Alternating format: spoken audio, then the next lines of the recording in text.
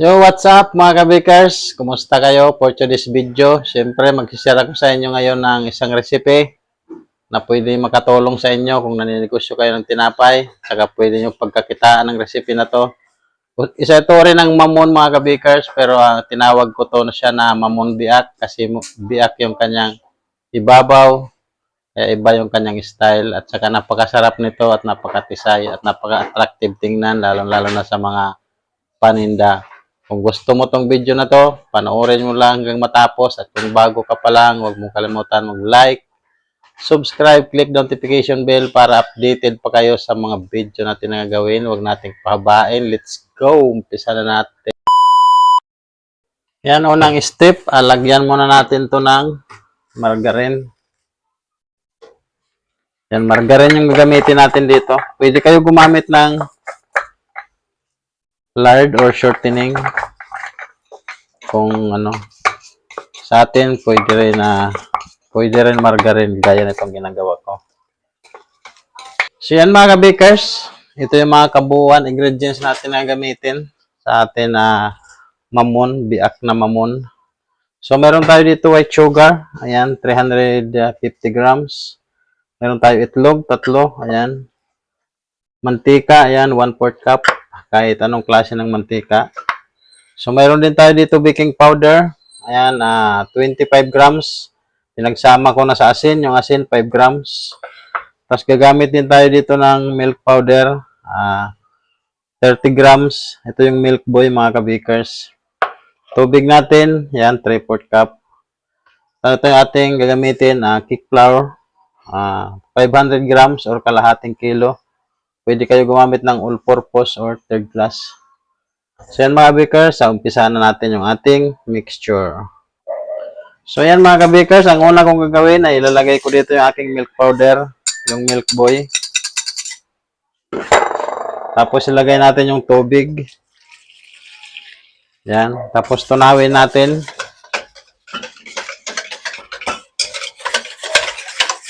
Yan, ganyan lang, tunawin muna natin. Tapos sunod naman natin ilagay yung ating sukal, white sugar. Pwede kayo gumamit ng was sugar or brown. So yan, yan lang. Lagayan natin yung itlog natin. Ayan.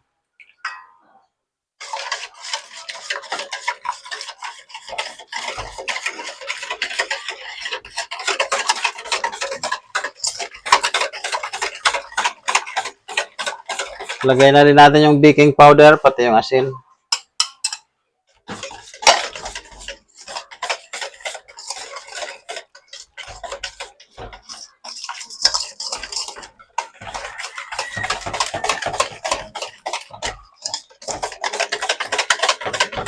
Lagay na rin natin yung ating mantika.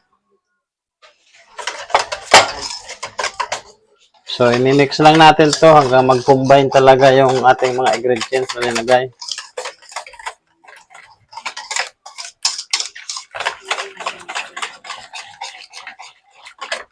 Hanggang maging smooth siya mga ka-bakers. So, yan mga ka-bakers, tunaw na yung asukal, pati yung ating asin. Pwede kayo dito maglagay ng vanilya. Kahit anong klase ng vanilya mga ka-bakers, pwede. So, ayan. Ilagay na natin yung ating harina. So, yan mga bakers, gamit lang tayo ng ating ag-agan para mawala yung mga buo-buo. Ayan, ganunin lang natin.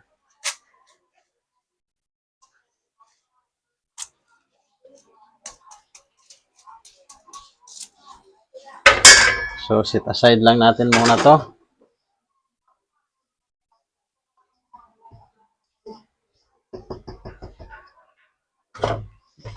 Ito gamitin natin.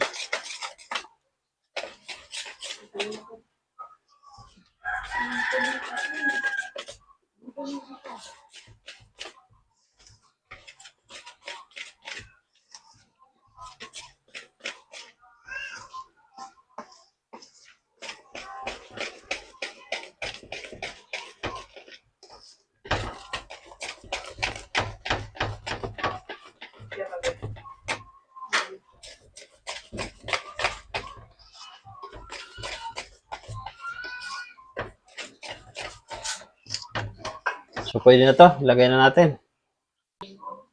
So, yan mga ka-bakers. Gagamit lang tayo ng 1/4 cup para dito sa ating yan. Pero kalahati lang yung ilalagay natin mga ka-bakers. Hindi natin pupunuin yung 1/4 cup.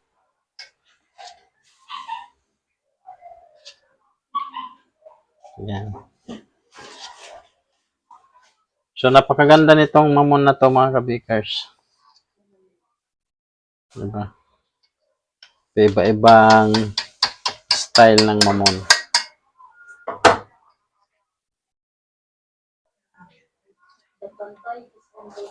So, wala pa akong nakita nito, ganitong style ng mamon mga ka-bakers. So, siyempre, mamon pa rin siya, pero ibang style. Nag-i-improve yung ating kapaligiran, kaya diba? So, iba din naman yung ano nito, kanyang templada. So, ayan.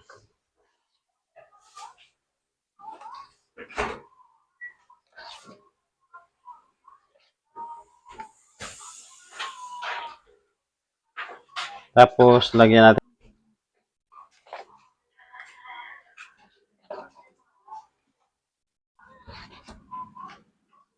Yan. So, yan. So, yan mga kabikers, isa lang ko na to. Bali, ang init ng ating oven is nasa 300 yung init nating oven. So, lutuin ko na lang to mga kabikers. So, ayan mga bakers, naluto ko siya ng 10 minutes. Yan, ganun siya mga kabakers. Yan, ang kanyang itsura. Napakaganda niya. Isay. So yan mga kabakers, palamigin lang muna natin. Tapos lagay natin sa tray. So yan mga kabakers, after 5 minutes ng pagpapalamig, is malamig na. Natanggalan natin. Ito na siya. Yan mga kabakers, so napakatisay, no? So yan, kung nakaabot ka hanggang dito sa video na to, maraming salamat. At kung bago ka pa lang, huwag mong kalimutan mag-like, subscribe, click notification bell para updated ka pa sa mga video natin na gagawin. So yan mga kabakers, tingnan natin mamaya yung kanyang texture. So yan mga kabakers, kaya siya tinawag ko na biak kasi biak yung kanyang dito ibabaw. Tapos tingnan natin yung kanyang loob. Napakalambot nito mga kabakers.